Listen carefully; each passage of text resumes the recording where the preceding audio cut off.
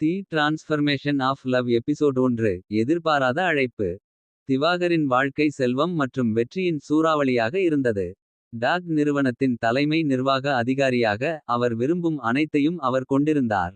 ஆனால் குழப்பங்களுக்கு மத்தியில் அவருக்கு ஒரு அழைப்பு வந்தது. அது எல்லாவற்றையும் மாற்றியது. காட்சி 1. திவாகரின் அலுவலகம். திவாகர் தனது பிரம்மாண்டமான மேசைக்கு பின்னால் அமர்ந்து நகர வானத்தை வெறித்து பார்த்தான். அவரது உதவியாளர் ரேச்சல் கவலையுடன் உள்ளே நுழைந்தார். ரேச்சல், ஐயா, உங்கள் பெற்றோரிடமிருந்து உங்களுக்கு அழைப்பு வந்துள்ளது. அவர்கள் உங்களுடன் அவசரமாக பேச விரும்புகிறார்கள். திவாகர், என்ன நடக்குது? ரேச்சல், அவர்கள் சொல்லவில்லை, ஆனால் அது முக்கியமானது. திவாகர் தயங்கி பின் போனை எடுத்தான். காட்சி 2. திவாகரின் பெற்றோர் வீடு. ராகு, திவாகர், பீட்டா, நாங்கள் எங்கள் 50வது திருமண நாளை கொண்டாடுகிறோம்.